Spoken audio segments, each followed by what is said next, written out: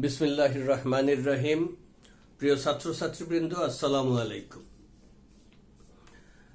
আশা করি ভালো আছো। কোভিড-19 ভাইরাস এই সময়টা, বিশেষ করে এই সময়টা সবচাইতে ভয়াবহ আকার ধারণ করেছে।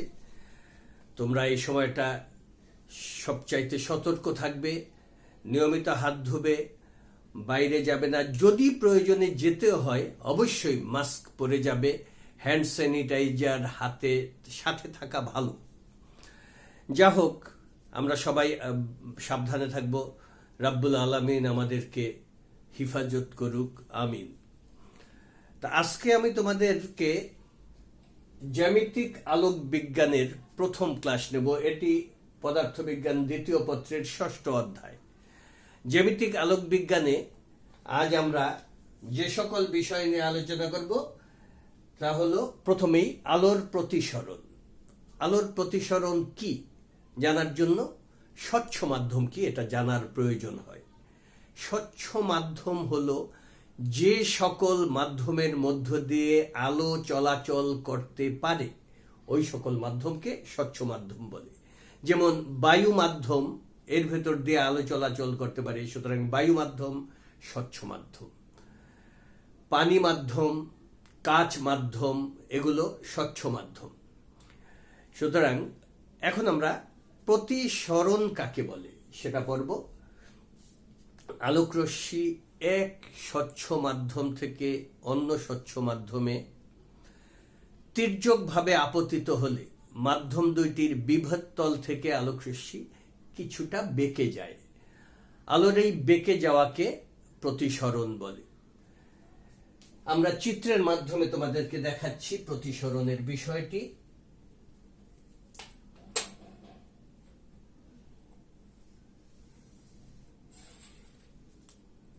এ একটি মাধ্যম,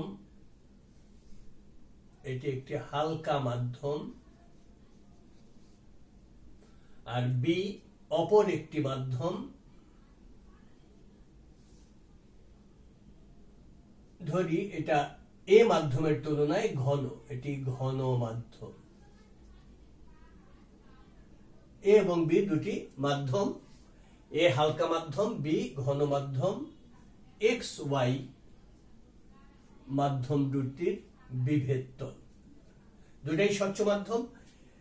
এ এবং বি এর বিভেদ তল হলো এক্স ওয়াই, অর্থাৎ এক্স ওয়াই তলের উপরে এ মাধ্যম এবং এক্স ওয়াই তলের নিচে আছে বি মাধ্যম। এক্স ওয়াই তলে মাধ্যম দুটি মিশে আছে, পরস্পরের সংস্পর্শে আছে।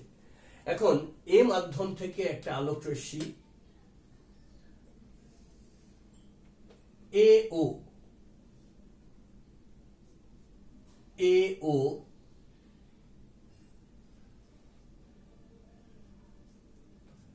এক্স ওয়াই বিভেদ তলে আপতিত হলো। এই এক্স এ ও রশ্মিকে বলা হয় আপতিত রশ্মি। এটা বিভেদ তলে আপতিত হয়েছে, এর নাম আপতিত রশ্মি। আর ও বিন্দুতে আপতিত হয়েছে, ও বিন্দুকে বলা হয় আপতন বিন্দু। এই আপতন বিন্দু ওতে এক্স ওয়াই তলের উপর যদি আমরা একটা লম্ব আঁকি, তাহলে এই লম্বকে বলা হয় অভিলম্ব।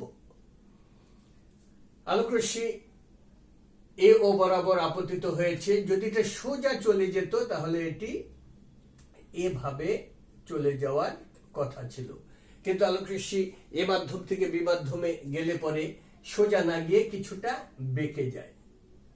এইভাবে বেঁকে ধরলাম, এইভাবে চলে গেল রশ্মিটা ও বি বরাবর।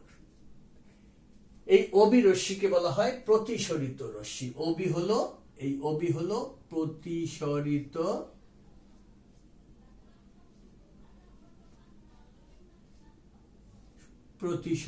রশ্মি।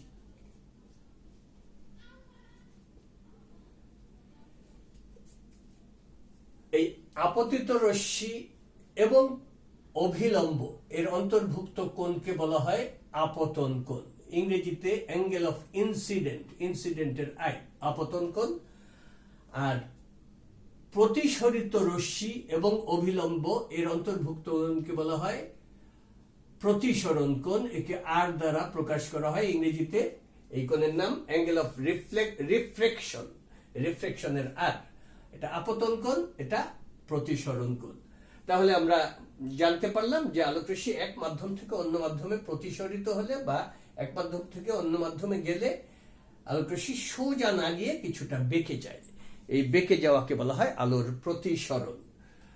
যদি এই প্রতিসরণের ক্ষেত্রে আপতন কোণ আই হয় এবং প্রতিসরণ কোণ আই আর হয়, তাহলে এই আপতন কোণের সাইন এবং প্রতিসরণ কোণের সাইনের অনুপাতকে প্রতিসরাঙ্ক বলে। অর্থাৎ প্রতিসরাঙ্ক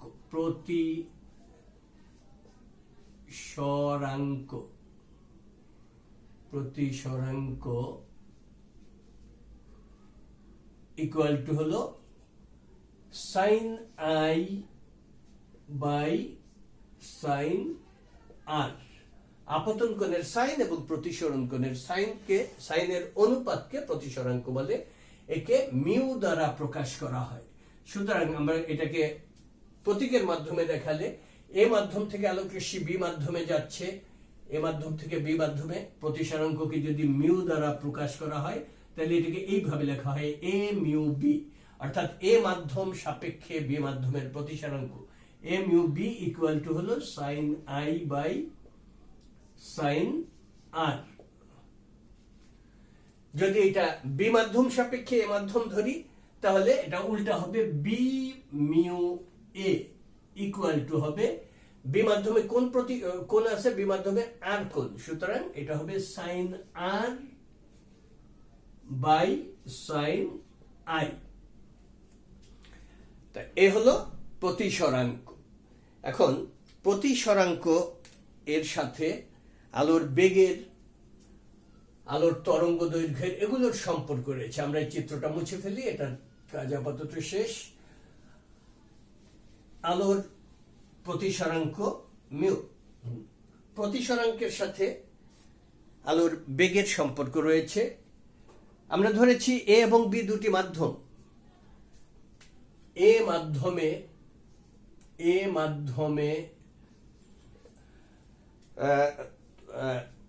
আলোর বেগ শূন্য মাধ্যমে বা বায়ু মাধ্যমে সবচাইতে বেশি, 3 × 10⁸ মিটার পার সেকেন্ড। এটা তোমরা জানো। অন্য যে কোনো মাধ্যমে ঢুকলে আলোর বেগের পরিবর্তন হয়। ভিন্ন ভিন্ন মাধ্যমে আলোর বেগ ভিন্ন ভিন্ন হয়। আমরা ধরি এ মাধ্যমে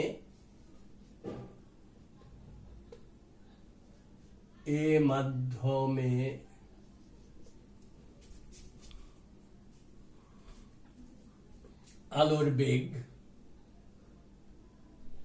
এ মাধ্যমে আলোর বেগ সমান CA। আমরা জানি আলোর বেগকে সি দ্বারা প্রকাশ করা হয়। একইভাবে বি মাধ্যমে আলোর বেগ যদি হয় CB, তাহলে এ মাধ্যম সাপেক্ষে বি মাধ্যমের প্রতিসরাঙ্ক, এ মাধ্যম সাপেক্ষে বি মাধ্যমের প্রতিসরাঙ্ক, যেটাকে আমরা লিখি এ মিউ বি, এ মাধ্যম সাপেক্ষে বি মাধ্যমের প্রতিসরাঙ্ক A mu B equal to হবে CA বাই CB। একইভাবে এ মাধ্যমে আলোর তরঙ্গ দৈর্ঘ্য, এ মাধ্যমে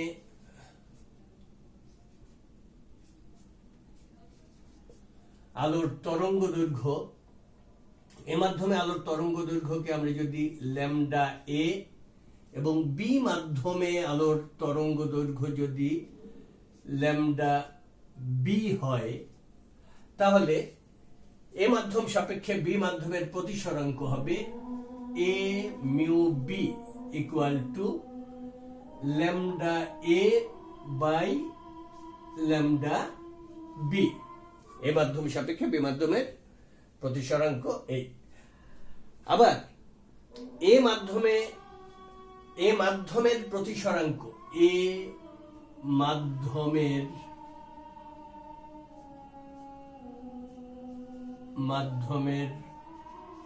প্রতিসরাঙ্ক যদি মিউ এ এবং বি মাধ্যমের প্রতিসরাঙ্ক যদি মিউ বি হয়, তাহলে এ মাধ্যম সাপেক্ষে বি মাধ্যমের প্রতিসরাঙ্ক A mu B equal to mu A by mu B হবে না, উল্টা A mu B equal to হবে mu B by mu A. আমরা এই সম্পর্কগুলো এই সম্পর্ক এইটা এবং এটা এগুলি মনে রাখবো। আমাদের এই সূত্রগুলো বিভিন্ন সময় বিভিন্ন গাণিতিক সমস্যায় প্রয়োজন হবে। আচ্ছা, এরপর আমরা সংকট কোণ নিয়ে আলোচনা করব।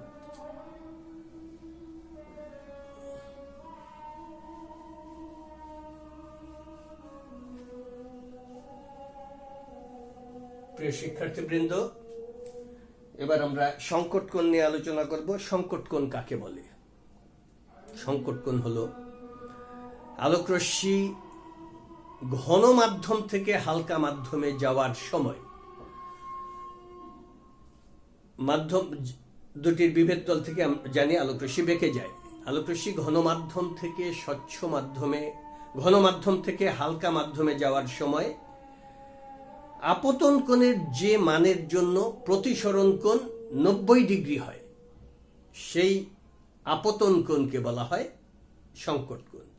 আমরা চিত্রের মাধ্যমে এটাকে দেখাই, শুধু কথা বললে হয়তো বা বুঝতে একটু অসুবিধা হবে, যদিও এটা তোমরা মেট্রিকে তোমাদের মাধ্যমিক ক্লাসে এটা পড়েছ। তারপর আমি একটু দেখাই। ধরি এ একটা মাধ্যম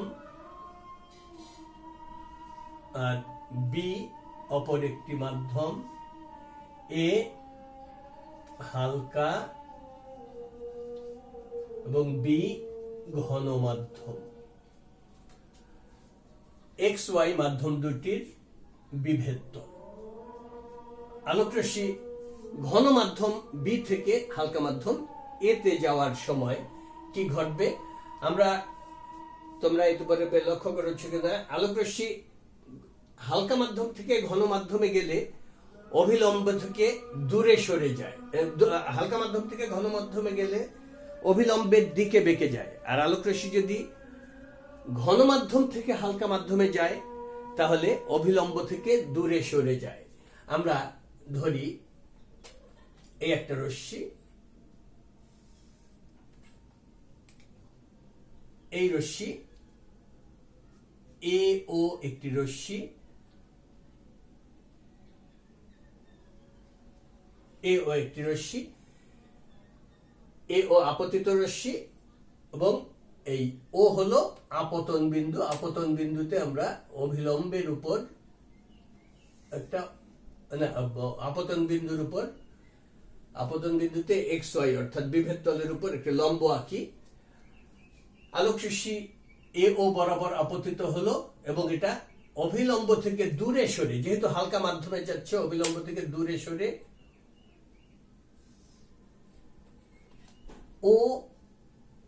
ও এ প্রাইম বরাবর প্রতিসরিত হলো।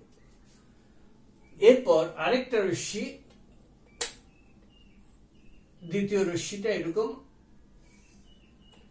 দ্বিতীয় রশ্মিটিকে আমরা দুইটি তীর চিহ্ন দিয়ে দেখাই যাতে বুঝতে পারা যায় যেটা দ্বিতীয় রশ্মি। দ্বিতীয় রশ্মিটা বি ও বরাবর আপতিত হলো এবং প্রতিসরণের পর ও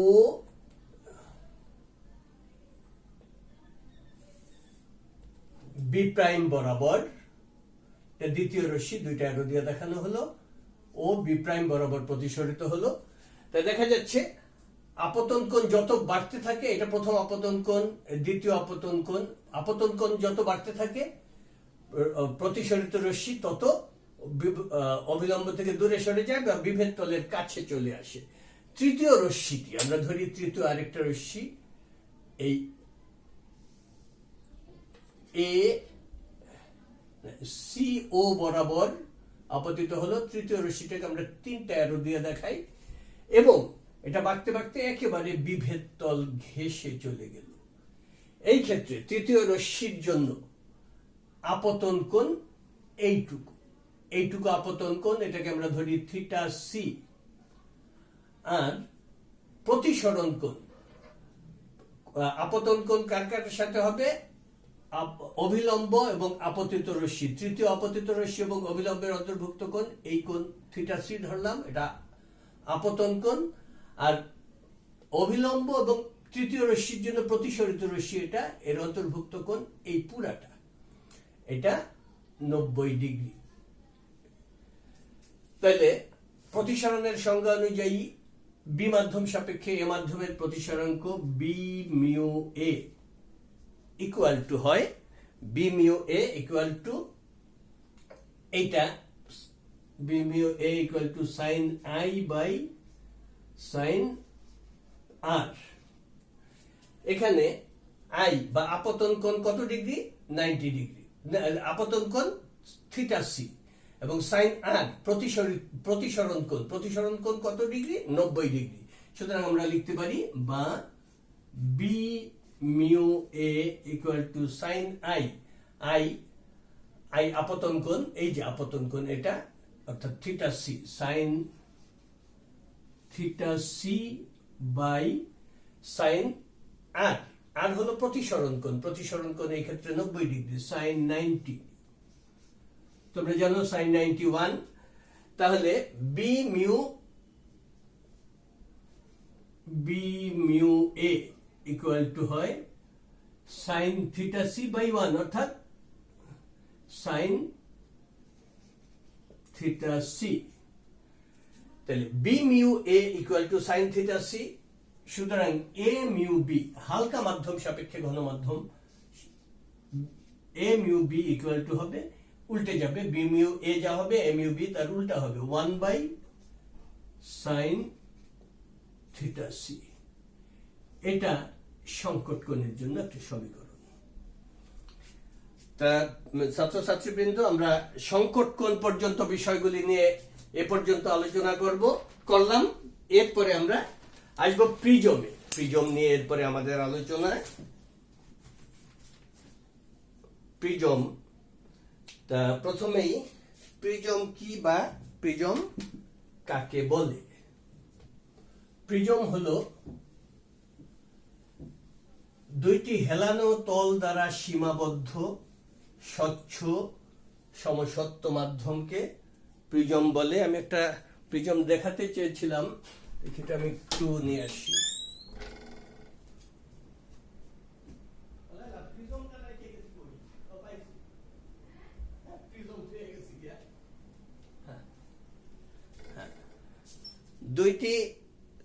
দুইটি তল দ্বারা সীমাবদ্ধ স্বচ্ছ সমসত্ব মাধ্যমকে প্রিজম বলে। প্রিজমের আরেকটা সংজ্ঞা এরকম: তিনটি আয়তাকার এবং দুটি ত্রিভুজাকার তল দ্বারা সীমাবদ্ধ স্বচ্ছ প্রতিসারক মাধ্যমকে প্রিজম বলে। অর্থাৎ প্রিজমটা অনেকটা এরকম, এই যে আমি চিত্রে দেখাচ্ছি, প্রিজমটা অনেকটা এরকম, এই একটা তল, এই একটা তল, এই একটা তল, আর এই ত্রিভুজাকৃতির দুইটা তল, এই এবং এই। প্রিজম আকৃতিটা এরকম। প্রিজমের এক পাশ দিয়ে আলোক রশ্মি গিয়ে অপর পাশ দিয়ে আলোক রশ্মি বের হয়ে যায়, এই পাশ দিয়ে আলোক রশ্মি গেলে এই পাশ দিয়ে এটা বের হয়ে যাবে। তাহলে প্রিজম হলো দুটি হেলানো তল, এই একটা তল, একটা তল হেলানো পরস্পর, তল দ্বারা সীমাবদ্ধ স্বচ্ছ সমসত্ব মাধ্যম। তা প্রিজমের আমরা চিত্র এঁকে তোমাদেরকে প্রিজমের বিষয়টা দেখাচ্ছি। প্রিজম হলো এই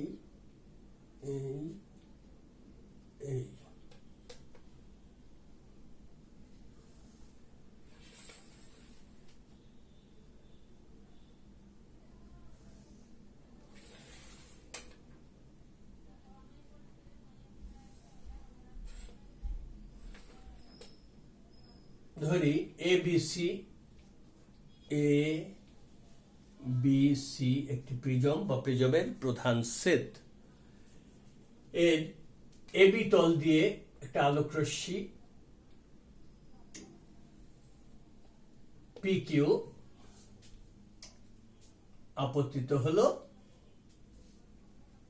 এবি তল দিয়ে একটা আলোক রশ্মি পি কিউ এবি তলে আপতিত হলো। এই কিউ হলো এবি তলে আপতন বিন্দু। আপতন বিন্দুতে আমরা একটা অভিলম্ব আঁকি, এই এন ও একটা অভিলম্ব আঁকলাম, এন ও।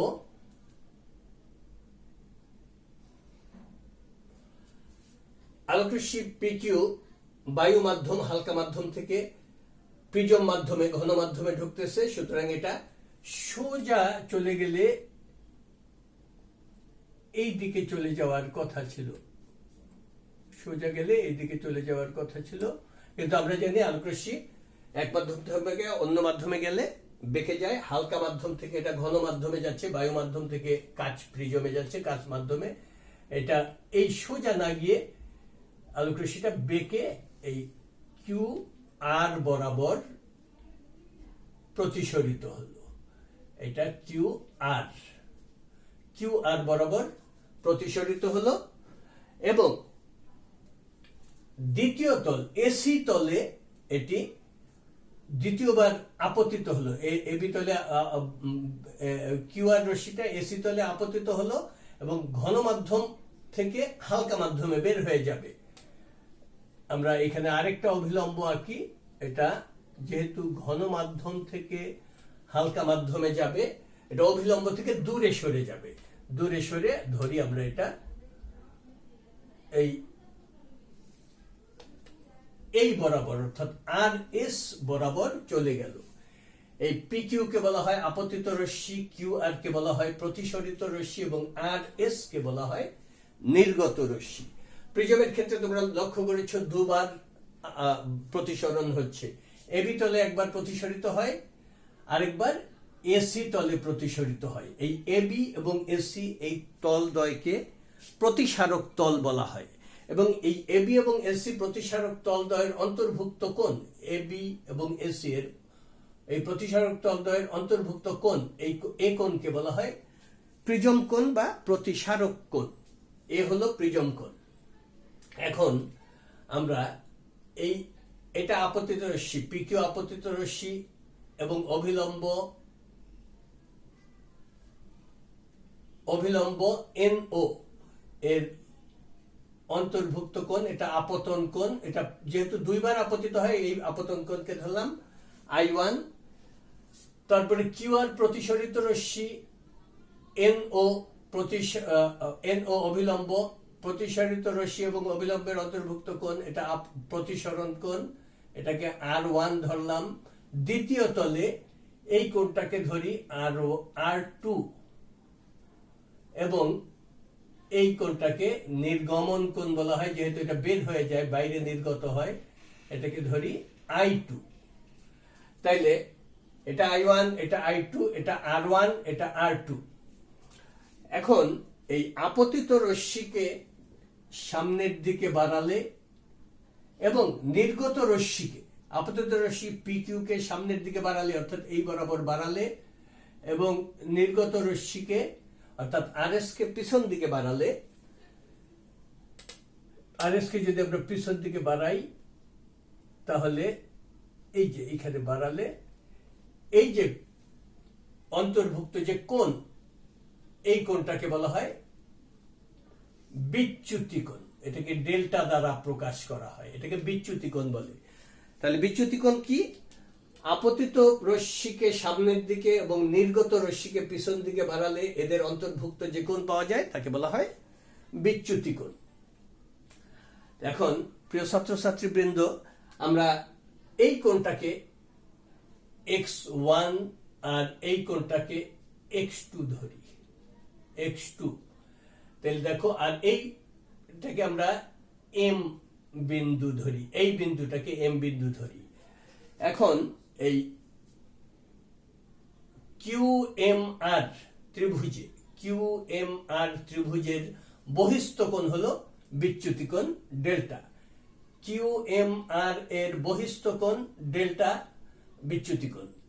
তাইলে আমরা জানি যে ডেল্টা যেহেতু বহিস্থ কোণ, আমরা জানি কোন ত্রিভুজের বহিস্থ কোণ সমান সমান অন্তস্থ বিপরীত কোণগুলোর সমষ্টির সমান।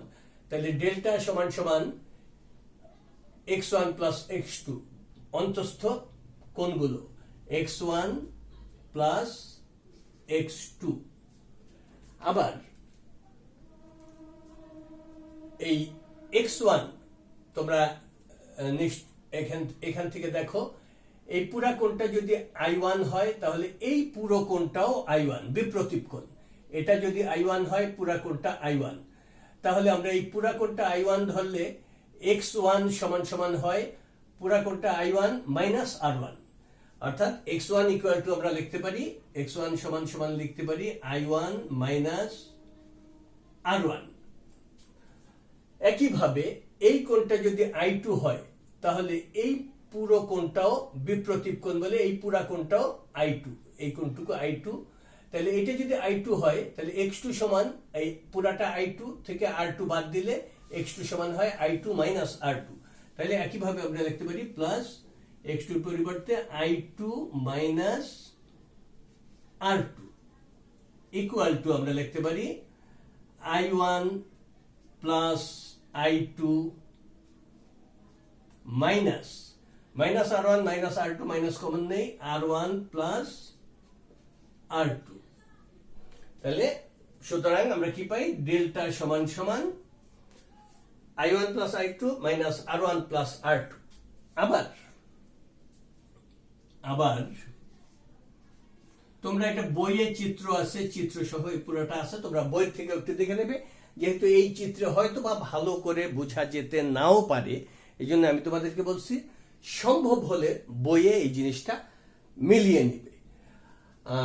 এখন আবার দেখো, এই যে ত্রিভুজ এ কিউ ও আর, চতুর্ভুজ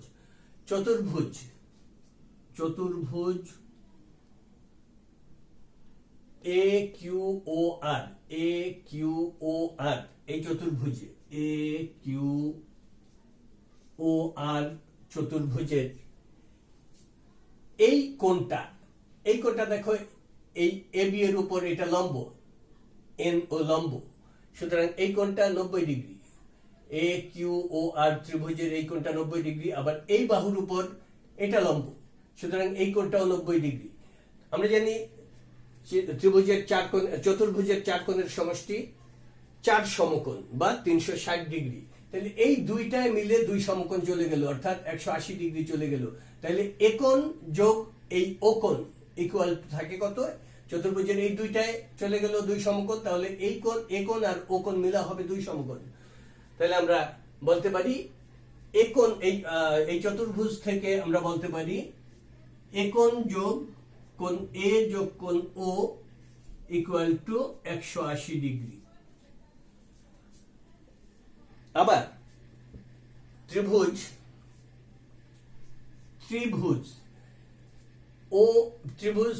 কিউ ও আর,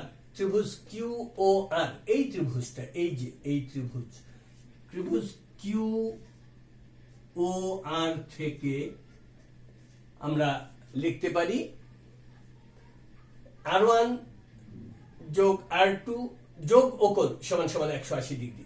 এই যে ত্রিভুজের 3 কোণের সমষ্টি 180 ডিগ্রি, R1 যোগ R2 যোগ ওকোণ সমান সমান 180 ডিগ্রি। আমরা লিখতে পারি R1 যোগ R2 যোগ ওকোণ equal to 180 degree.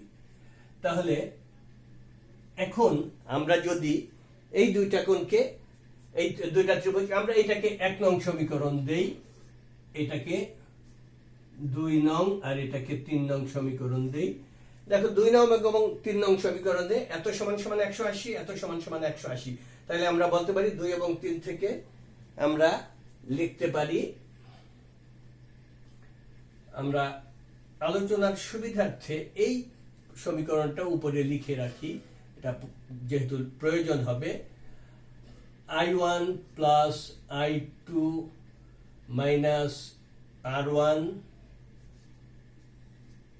Plus R2, এটা 1 নং সমীকরণ। আচ্ছা, এখন এই 2 এবং 3 নং সমীকরণ থেকে, 2 নং এবং 3 নং সমীকরণ থেকে আমরা লিখতে পারি এত সমান 180, এত সমান 180, সুতরাং এত সমান এত লিখতে পারি। এ কোণ যোগ ও কোণ সমান সমান লিখতে পারি R1 প্লাস R2 প্লাস ও কোণ, R1 প্লাস R2 প্লাস ও কোণ লিখতে পারি। উভয় পক্ষ থেকে যদি আমরা ও কোণ বাদ দেই তাহলে আমরা লিখতে পারি এ কোণ সমান সমান ও দুই বাদ দিলে R1 প্লাস R2। এখন আমি তোমাদেরকে পূর্বেই বলেছি যে এ কোণ হলো প্রিজম কোণ। যেমন আপতন কোণ I1, প্রতিসরণ কোণ R1 এগুলির জন্য যেমন কোণ চিহ্ন দিতে হয় না, প্রিজম কোণ এ কোণের জন্য কোণ চিহ্নের প্রয়োজন হয় না। আমরা শুধু লিখতে পারি A equal to R1 plus R2। তাহলে এইটাকে আমরা দেই 4 নং সমীকরণ। এই 4 নং সমীকরণ A equal to R1 plus R2। আর 1 নং সমীকরণে যদি আমরা এই A এর মান বসাই, R1 প্লাস R2 এর মান বসাই, তাহলে 1 নং সমীকরণ থেকে 1 নং থেকে আমরা লিখতে পারি delta equal to I1 delta equal to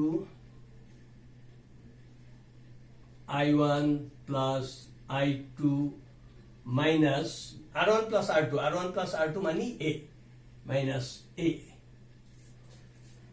তাহলে এই যে দুইটা সূত্র, এটাকে আমরা 5 নং সমীকরণ দিতে পারি। এই যে দুইটা সমীকরণ, এই দুইটা সমীকরণ গুরুত্বপূর্ণ সমীকরণ, এগুলি মনে রাখতে হবে আমাদের। যেহেতু পরে আরেকটু প্রয়োজন হবে সেজন্য আমি এই সমীকরণ দুটোকে আবার উপরে লিখি। Delta equal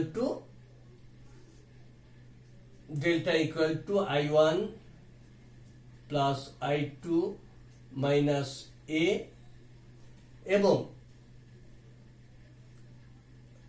A equal to R1 plus R2।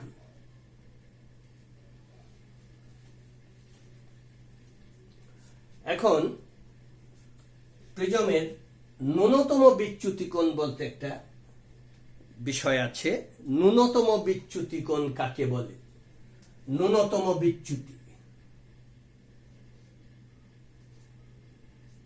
ন্যূনতম বিচ্যুতি, ন্যূনতম বিচ্যুতি কোণ এই যে এই ত্রিভুজে আপতন কোণ I1 এর মান যদি বাড়াতে থাকি তাহলে বিচ্যুতি কোণ ডেল্টার মান